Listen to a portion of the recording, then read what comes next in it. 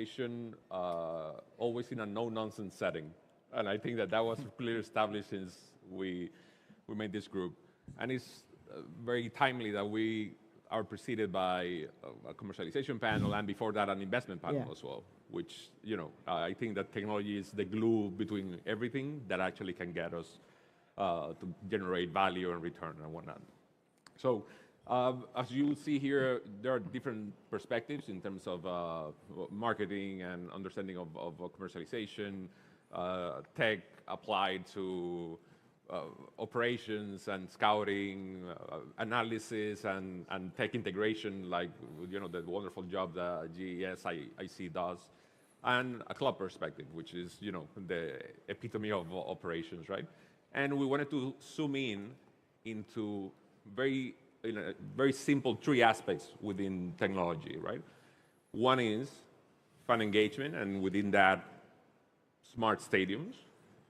The second part is the fact that data nowadays, and you've probably seen kind of the global discussion around what happens with data and if players should also be part of that conversation, which in the end is their performance data. Yeah. So that's something that we'll discuss here in terms of data ownership and monetization. And then the last part, which is something that I'm very eager to actually get their perspectives, is in terms of governance and decision-making based on I think that by now everyone here has an account with ChatGPT or something of the sort, and we are like trimming a lot of time, at least in data processing and understanding. So that helps, right? So I want to start on the fan engagement part first, and I wanted to give way to Gucci from Vissel Kobe. They own and operate an arena and a stadium, and I wanted to see how do you go about that management from the technological perspective. Evidently, in Japan, you have a very tech-savvy population, but infrastructure gets old. You need to do reinvestments and things like that. So I wanted to give you the floor first. Yeah. I think I can talk about some kind of the use case, what we are doing in our club at first. So as you mentioned, we have also like the fan engagement and the stadium piece, which we call it off-pitch. And also on-pitch, kind of injury prevention, scouting for the players, etc. And third one is operations. But luckily, at first, the story starting from our parent company is Rakuten. I don't know how many people know Rakuten, which is the Japanese technology company, or the biggest company in Japan.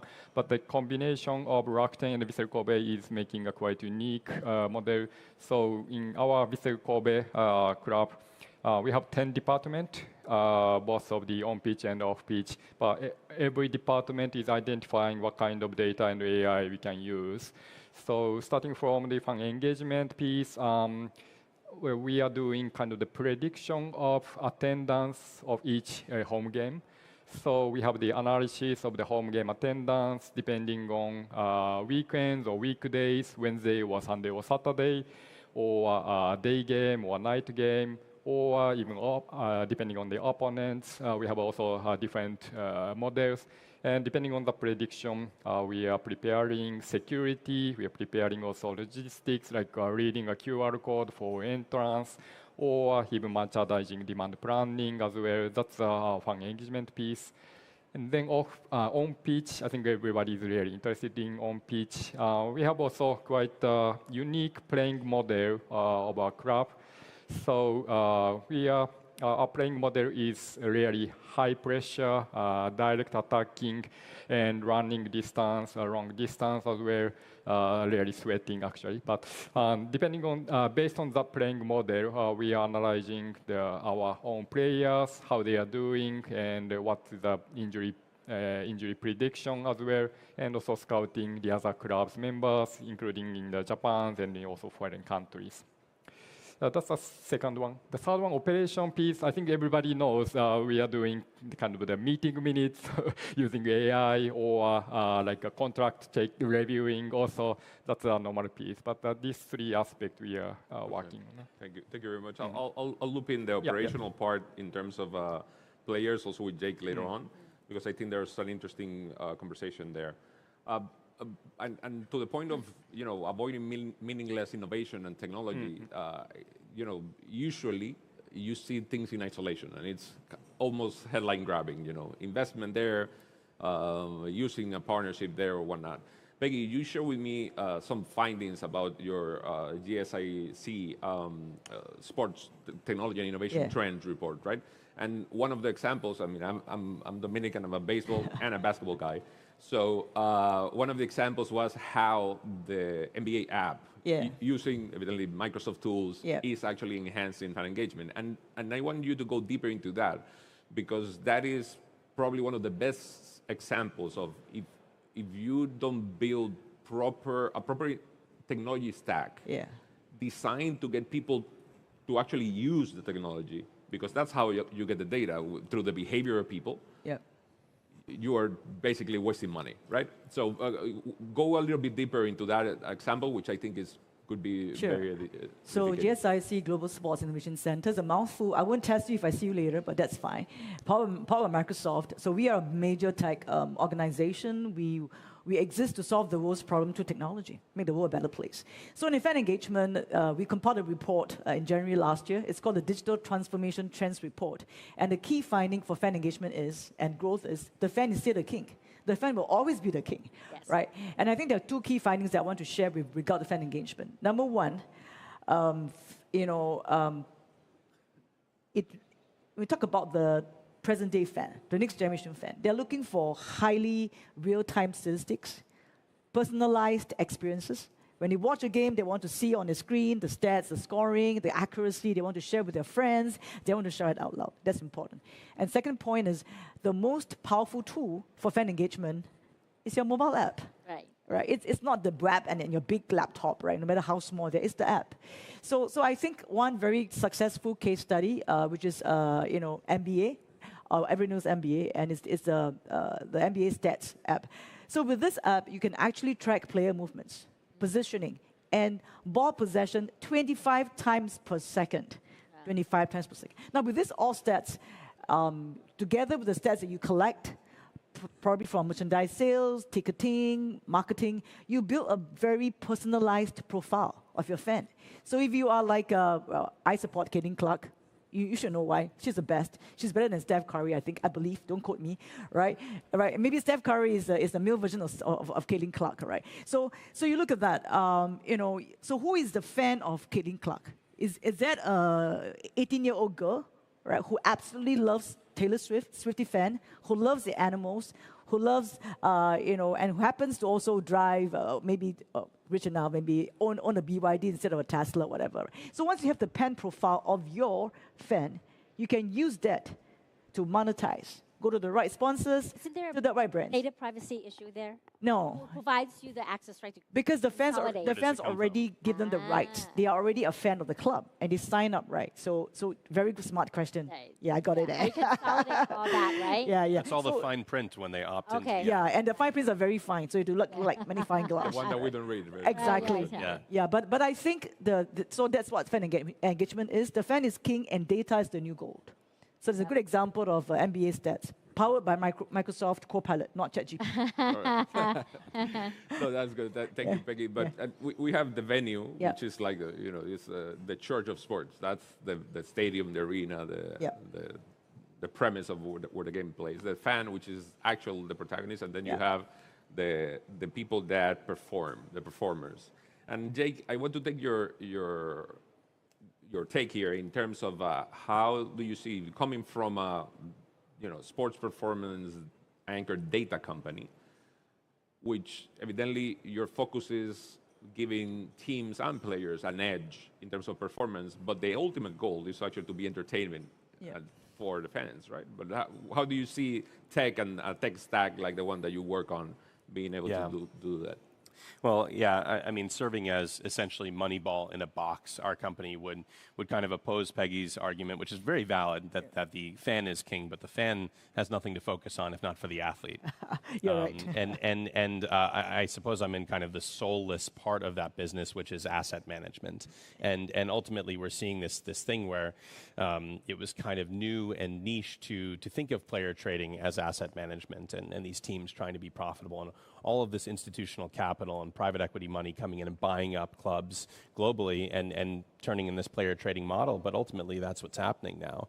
And so you see something globally where fans are outraged if an academy product is sold on, as they should be, because it's pure profit, as compared to turning someone from 5 million into 10 million. And that is how clubs can operate sustainably. And unfortunately, if they're sustainable, then they can do more for their fans. They can build new stadiums. They can have new retail, because it's all real estate. It's not just entertainment anymore. It's all real estate. So ultimately, I think it is business. Yeah. That's a good segue, and I want to have your precise perspective into this. You know, I'm very bullish about, surrounding or adjacent businesses around sports, so especially real estate, right? And now it's not just building a stadium, it's actually building an entertainment district and actually making it function 365 days a year. From personal experience living in Spain, in Barcelona most of the time, I remember a little bit dreadfully, Champions League nights in a city like Barcelona was chaos for everyone that wasn't going to the game, because traffic was madness. In the era of smart cities and smart venues, in which a venue as representative as No Camp in Barcelona or any other arena that becomes kind of the heart or the lungs of a city at that precise moment, how technology, and especially AI, can help bridge that and actually make it livable, not only for the guys that go to the game, but actually for the ones that need to get home after work. Great questions. Love the idea that data is gold, statistic operations is great, and data real estate. We all know that real estate confines specific number of audiences. That limits your ability to make money, expand, and be scalable. Technology, especially right now in Industry 5.0, which we're in, Web3, AI is key. Now, if you're talking about making real estate bigger than it is and omnipresence and making it available to everybody who's interested in the game or love that athlete, you make it like a game, commercialize it in a way that is gamifiable and also personable, but also based on persona of the athletes that they love. Like at VoltageX, one of the things that we're building right now, because of a decade of experience doing social media engagement and data and paid advertisement and learned advertisements and stuff like that, is how do you take social media and commercialize in the next level to expand your real estate space for that athlete? We're creating something called a digital persona KOL, making sure that the new way of doing social media advertisement and any forms, because athletes don't have 24/7 to engage with their fans. The fans is everywhere globally, right? So the uniqueness is how do you save a dying industry? Right now, digital marketing agencies are dying because of AI. Yep. You have VO3, you have Midjourney, you have Flow, you have all these technology that are building technology KI version. But the problem is to build a 15-minute video consistently of the same face of an athlete with his persona and his personality takes at least 5-6 different technology and a team of at least 4 to 5 technicians to stitch a 15-second video together. That's impossible. No one can do that right now. Too expensive, and it's the skill sets right now for AI people are off the chart. Microsoft's paying $100 million per year for a scientist. I would love to be a scientist right now. Let me jump into that. Right? I love that, right? And I love it. So now, digital marketing, yes, will soon be dead. But I think what is important is you have to use, like you say, insights, right? We have lots of technology where you watch a game, the video highlights come out in less than 1 minute, 30 seconds. You no longer need expensive people sitting down there trying to look good and look smart, right? And I think the second point you talk about is, yes, the fans want to know about the athlete, not just during match game or before or after, 365 in the year. Yes, exactly. They want to know, oh, my favorite player loves Taylor Swift, she likes to cook, she can play the guitar, and she's like me. Oh my gosh, she has 2 dogs. I love her. Yeah. That's the connection that you want with the fan 365. Yeah. And back to the idea of the smart venues and smarter cities. Yeah. 5 key points, guys. Firstly, is connectivity. If your venue doesn't have connectivity, forget about it. You need at least 5G now to 6G. Yes. Second, you need to use big data. Your venue, like what Jake Rayde said, is going to be an entertainment hub. You need to be able to collect huge amounts of data as they interact with you. They go to the merch, they eat your hot dogs, your beers, they go around to your biometric access gates, all this data. Thirdly, digital platforms. You cannot just rely on old school, like, boards on the pitch. Digital advertisements, right? You walk in the stadium, you see Superman or Spidey-Man saying hi to you, and your kids get, wayfinding. And fourthly, very important, AR, VR. Yep. Right? The fan nowadays demand that as they watch a physical game, they want to be digitally entertained. Yeah. So we call it immersive reality. So as you're watching a game, you take out your phone, you can see the big space shuttle coming out from Jake's tech scouting country, Yeah. all right, and say hi to you. And then when you watch a goal, you can buy a NFT and sit, and that's money, Exactly. right? to them. So we need to understand that smart venues means combining physical and digital. Exactly. And the last part before I give back, sorry for that, it's security. Yeah. I got a nightmare about Indonesian stadiums, seriously. And you saw those protests. Biometric access, facial recognition is the way to go. Please, no more paper collecting, right? And very important, cybersecurity. If you don't have cybersecurity, all the software, all the digital platforms, you're hacked, you're dead. Yeah. So I think for smart venues, these are the 5 blocks. If you can do this well, you'll be the smartest venue in Hong Kong. Yeah, I totally agree about the whole digital Yeah. access to the actual venue. Yeah. Because we know that the hardest thing is getting there. Number one is traffic is Exactly, crazy. yeah. So some people opt not to go. If I do go after, I don't want to line up 2 hours to get to my seat. But That's your technology, crazy. it tells you, what's the best routes and stuff How like many that. of you guys have traveled to China on the high-speed train? You don't need a ticket. You buy everything online. You register your face, your passport. You scan your passport, and you're in. Do you really? Yes. That's terrifying. There's no tickets at all. And then if you don't have, it's like all the pre-registration is done. Yeah. You should do that at airports, at conventions, at everything. That's how you make accessible, and it's enjoyable. Yeah. Going to the venue right now is not that great because the hassle of going there, getting to my seat and getting out. Yeah. It's a big problem in the NFL as well, Yeah. is that people are staying at home. The experience on the big screen Yes. within your living room, it's better than going to the stadium. Exactly. And I disagree. I think you still have to be It's there, different. It's but you need both. You need Yeah, both. you need both. If you're using technology correctly, you can know which are the best routes to go there. You know that the gates are stuck here, and if the venue is operated smart, they'll put more people at the venues that they can detect by thermal regulation. So technology is there to help you. But I agree. Now, when you don't have it, I'd rather stay at home and have a few beers. Yeah. But that shouldn't be the ideal state. The ideal state is the fan. The fan is king. You need to feel Yeah. the passion. If you don't, if they stop going to the games, yes. we are probably in a dead pro. No, definitely. And there's a whole conversation about egress and egress in terms Yeah, of yeah. stadiums, and especially in the U.S. I know that pain, Jake. I've been waiting 4 hours for an Uber to arrive to the stadium to pick me up. I just want some public transportation to join the some- 18th century. something that Air works. taxi. Air taxi. Air taxi. exactly. But Using it, in, that's For it. the 28 Olympics. in that Yeah. line, I wanted to ask Gucci, as you are a very relevant entity in Kobe. How do you coordinate, for example, maybe through technology, with the local authorities, the public transportation, so on, to actually make the fan experience more enjoyable? Because to Akina's point, actually you start going to the game the moment you decide that you want to go to the game and actually purchase the ticket, right? Yeah. So we have to think about the whole day of the experience of the home game day, actually. So as you mentioned, from the beginning, starting from the home and then going back to the home, how we can coordinate. But then also again, starting from the attendance prediction. For example, the Saturday, the 20,000 people are coming to the stadium, but on the other hand, Wednesday, just 10,000 people. So also transportation can also prepare their logistics. And also we are looking at how many hours before the game kick off, the people are coming. usually 2 hours before, but then if they have some event, 4 hours before. So that's going to be also, we can arrange the different like logistics, also opening the shops, restaurant as well. And in the stadium as well. But that's challenging. I was thinking, we talked about the baseball, right? I think the baseball game, I think you can check the mobile phone during the game, but for football, it's not easy to check the mobile, otherwise you are missing a goal. So that's, I think we can think about how we can integrate the technology, immersive technology as well with the game.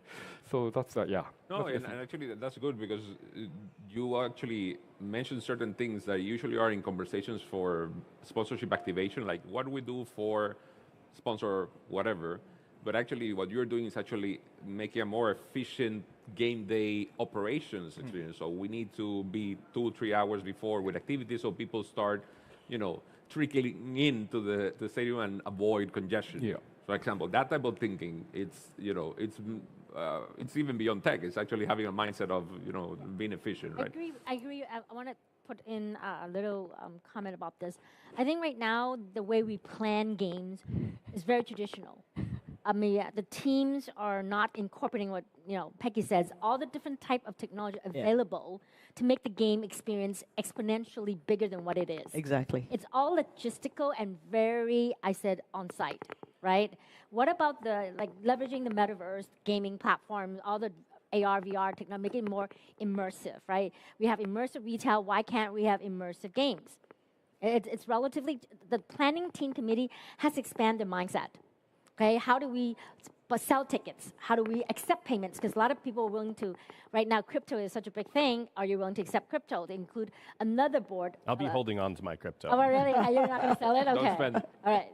So I mean, and then also, where else can the game be portrayed beside on-site and TV? Right? Which gaming platform? What about we work with all the local restaurants and bars that has big screens? Exactly. The sport bar. Why don't we integrate with them, put in our statistics there, and allow them to buy things? Bet. I'm not sure which country allow betting or not, but betting in Philippines, only Philippines? Okay. I mean, expand it. It's a whole immersive world now with the technology in your hand. Yeah. Don't restrict it just on that. That's why there's 20,000 people in 4-hour traffic. Yeah, and I love that point because sport is now sportainment. It's an overused word, right? Sport, lifestyle, fashion, music, arts are coming together. If you are a business, you're looking at just sports per se, you are missing out the full potential at how you can extract. So I love Akina's point. When you do a sports event, you could wrap around it with lots of activities, experiences, bring the brands, bring the F&Bs, bring your pubs, your bars. So the whole city celebrates sport. Exactly, and that's how cities loves bringing big games to the cities, because it's supposed to help the whole city, economically rise and above, right? At VoltageX, when we plan medias for our cluster and PR, especially in sports, we look at the whole holistically, not just the venue. What else can we expand beyond the venue space, through different venue and stuff? It's a holistic integration between PR, digital marketing, venue space, and also AI, persona stuff, right? Yeah. So to shift gears a little bit and get into a specific set of this conversation that we plan, let's talk about data ownership and monetization, right? The only question that came to mind, and I want to start with Jake in that one, is let's take the case of Gemini or any other application of AI towards it. So you are providing an edge to teams to analyze probably their best or most important asset, which is talent. We are not getting into how to collect that data, but we're having that data. We are processing the data. We are benchmarking that data. Who owns the data? Yeah. Well, when Moneyball took place 20 plus years ago, there was just, Jonah Hill's character talking to Brad Pitt, looking at existing statistics and trying to be clever with that. And then people started collecting and selling data, and teams would buy that and pretend to use it. And now they've started actually using it. And with a product like Gemini, they start using it effectively. But the next frontier is who owns that. There are some really cool companies out there helping athletes take ownership of their data. So think about when you're an athlete and you change teams, your Now, old team is not going to provide your new team, their rival, with information that could hurt them, but you might get injured because they don't have that data. So it's actually a fascinating topic, but beyond that, there are companies that have tried to patent their methodology around collecting optical tracking data. So, event data is like, this is a pass, this is a shot. Tracking data is, this is an overlapping run, this is a player scanning before they pass. And what was previously filed as patents is now open source on GitHub that you can find and just write in Python for free. And so the world is changing very fast, and you can train computer vision on these things. And I know of a lot of teams, several clients of ours, that are actually making their own data now. So my answer is, we have no idea, and it is the Wild West. No, it's a point that actually, if you go and look at a medical record, which is private, which is actually the patient's, so even though there's a depository relationship with the hospital or you have GDPR, SOC 2, all of that stuff. Yeah. Maybe we are set to have a conversation about having an athlete passport or data stacking, which actually that goes with the registration of the athlete, right? To the point, I mean, evidently the way to collect data probably is commonplace. Mm-hmm. How smart are you with the data that you have is what Moneyball sets you apart and put you in display, right? But still, athletes and we are not even touching into how data is commercialized with third parties, like betting, fantasy gaming, and all that, which is a purely commercial leveraging of personal data. Yeah. So that could be, another summit around, how the legalities of, how that evolves, right? But if I could jump in there, if you've developed a software or an AI robot to analyze performance, you own the data because you invested money in that, and that data is yours. And I think I like the part about we solve a lot of challenges, a lot of problems. One of the most common things people come to us is, how do I monetize my data? Right? So a lot of the clubs nowadays, they are all trying to own first-party data. Don't sell your data to Facebook and Instagram and Meta or TikTok, or for that case, Ticketmasters. Anyone from there? I'm sorry, right? Okay. You got to own your data, develop your own software. When you own your data, you manage the connections with your fans. You do whatever you want. And that is the basis of monetization. You have to own the data. For athletes, I think, I'm not sure about that. I'm not an expert, but I guess it's between the agent and them. How do they want to profile the athlete? But for sports entities, all of them are going to spend lots of money, as in our report. They're going to spend lots of money to own proprietary fan databases. Yeah. I mean, I enjoyed your discourse earlier about data security. Exactly. About facial recognition of fans. There's nothing secure about that whatsoever. And so I think just all of the rule books are being rewritten right now. And I think it's really interesting what you just said, that when you create a report, you own that data. Yeah. Do you? And I'll give an example. Yeah. It can go both ways. Sure. Well, actually, there's a law that in the United States, they actually I forgot, as Anthropic for like using data that's not theirs. But even though they were the one who compiling it and using the data that compiles like an output, we call it inferences at the end, right? So like from a legal perspective, is it really yours? Even if I publicize my data, you use my data for something else that I didn't know can be commercialized. Yeah. Do I own it? Do you own it? Do I get a cut of it? There's that fine print again. Exactly. We all love fine prints, but that's a valid point. Everybody saw that lawsuit with Anthropic, and they said, "Oh, that's interesting," and then they logged right back into Claude and kept using it. Yeah, because human beings actually don't value the data as much as they should, because they don't see it has commercial value at their end. Now, with the whole Web3 and blockchain and all that stuff, and then I know there's some startup that's trying to build that whereby all your personal data can be consolidated, and then anybody who uses it, you are tagged. Like, hospital right now sells all of our data. All of it. And you don't know about it. They use it to sell it to pharmaceutical company, research company and stuff. Do we get a penny of it? No. Are we notified? No. Are anyone getting sued? No. Same as your Facebook and Instagram. They're all selling your data. Exactly. If you do not already know, right? I'll sue Microsoft. Then. Yeah. Lots of money. Lots of money there. And for anyone who wants to. Yeah, commercialization is one thing, but IP lawyers are going to make a lot of money over the next decade. I mean, I think about, yeah. so this is my example. So someone in our application would open up, a sporting director, they'd open up a player page and they would see a summary that says, okay, there's 15 scouting reports on this player, 12 of them say that they're fit for our first team, but 5 of them raised concerns about the player's pressing. And there's this injury history you might want to look into, and the agent's a jerk or whatever. And so they've saved themselves 10 minutes of reading reports, right? Now that IP, oof, that's gold in any rival's hands. That is the most protected stuff that has to be ultra secure. But what's that running through? It's running through Claude.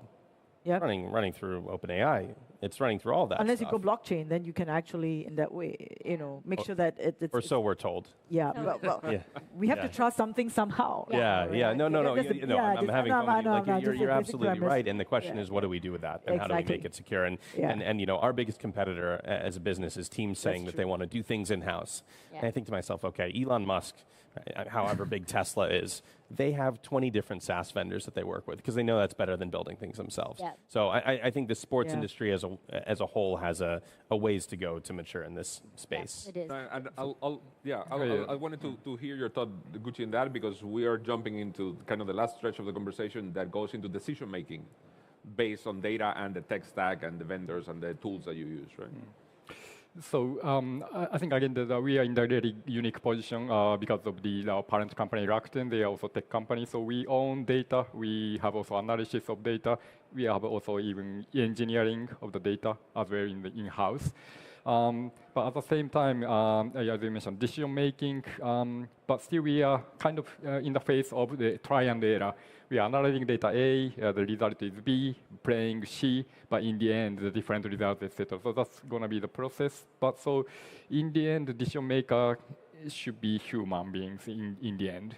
So we are feeling like data is kind of assistance. So they are recommending this data is showing this one, and we are trying to do, and the result is showing D, for example, or that was a different, okay, let's try another one, for example. But in the end, we have a head coach and also trainers as well in the team. So they are looking at the players, they are looking at a game actually, and in the end also kind of we are communicating with data itself. Right. So, but they are assistant. That's our.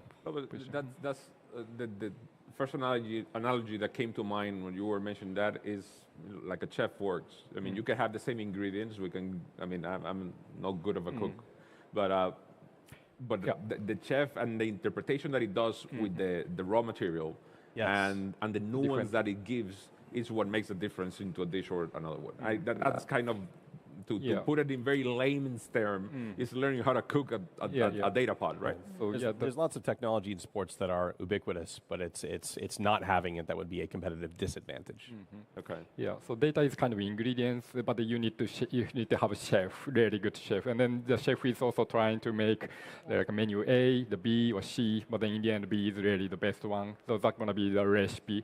And in the end, the recipe can be the IP, as you mentioned. That's going to be the proprietary technology for us, I believe.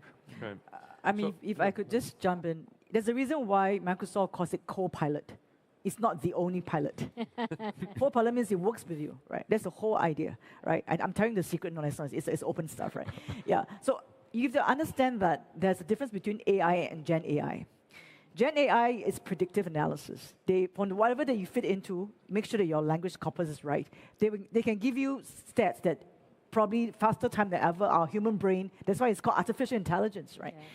But I believe there's something that machine can never replace. There's wisdom, whether it's looking at the player and say, you know what, I got a feeling this is damn good. Person knows.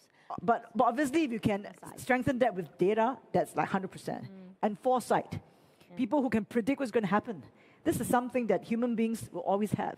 Right. If machine can do that, then I think we better not exist. Actually, I will add to that. Right. So everybody right now knows AI, Gen AI, which is automating answers based on our prompts and stuff like that. But what everybody's competing right now is getting to AGI. Yeah, AGI, general intelligence, meaning that all the silos, software you're using for text, for movies, for sound, integration, combine, but smarter than any human being. Now, once it gets to AGI, I'm not sure you guys listen to Sam Altman or Elon Musk, Eric Smith and all that stuff. They're talking about something called super intelligent, and that's the next level, which is ASI. Yep. Now, ASI, what it basically means that it's the smartest element in the world, smarter than any human being. Why is everybody racing to get there? Because they're going to use all the data available to train up an AI system that's going to be training itself. Once it knows how to train itself, it's going to be exponentially smarter than any human-trained system. Here comes Terminator. Exactly, and therefore this is where Jeffrey Hilton is the godfather of AI, is talking about building maternity instinct inside the AI so they don't kill us off when they realize they don't need us anymore to train them. Wishful thinking. Well, yeah, so I think it might work. So basically, the data that we have right now, it's just the beginning, like a baby. Yeah. We can massage it, we can manipulate it, we can play with it. I love that. Yeah. But when it gets to that AGI space, it's a fine line when we can dominate or not. Now, who can say that our human foresight, our insight, our ability to calculate and forecast is better than an AI when they already know everything we know from day one of human data existence to now, and can also synthesize and train itself on synthetic data? We can't. Interesting. Right? So it will be a different play, a different training, different algorithm for safety, insurance. I'm not sure who makes money insurance on sport athletes, but that's a huge revenue. Yeah. To close off, because we're on time already, I wanted to give Jake, you have this responsibility to actually pick what it will be the single most relevant AI application to sports management that you expect to see in the next 5 years. If you give me that one sentence, we'll close it off there. Okay. It's autonomy. So I think everything you just mentioned is a part of our future. Before that, there's a very important intermediate step that we're not just thinking about today with prompt and return. It's AI agents, and they're here. Yes, they're so for my examples, it'd be having an agent that is constantly looking for the best games for your scouts to go watch geographically and in terms of multiple players that you're wanting to watch. It's having something in your sleep, thinking about this is the news that you should know about the players you're watching. From the fan side, it's you wake up in the morning, it's got the right highlights for you, the right engagement package, all of that. So just having fully autonomous AIs that are highly personalized. All right. Well, thank you very much for being here, part of this conversation, to Akina, Jed, Peggy, and Gucci, and thank you for listening to us. I mean, we could spend a full week speaking about the future, but I think we had a great conversation. Thank you all. Okay, thank you. Thank you. Thank Cheers. you everybody for coming.